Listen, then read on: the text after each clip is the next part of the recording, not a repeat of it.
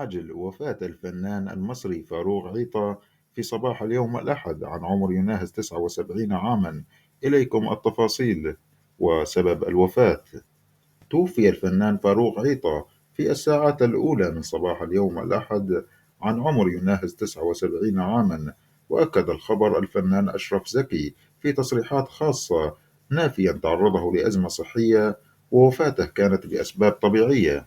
فاروق عيطة من مواليد محافظة دمياط، وهو من مواليد 18 مايو 1954، وتخرج في المعهد العالي للفنون المسرحية، وكان عضوا فاعلا بالمسرح القومي المصري. بدأ مسيرته الفنية في فترة السبعينيات، وقدم العديد من الأعمال التلفزيونية، أبرزها مسلسل أفواه وأرانب. نسأل الله أن يتغمد الفقيد بواسع رحمته ويسكنه فسيح جناته، وندعو أن يمنح أسرته وأحبائه السلوان والصبر خلال هذا الوقت العصيب. إن لله وإنا إليه راجعون.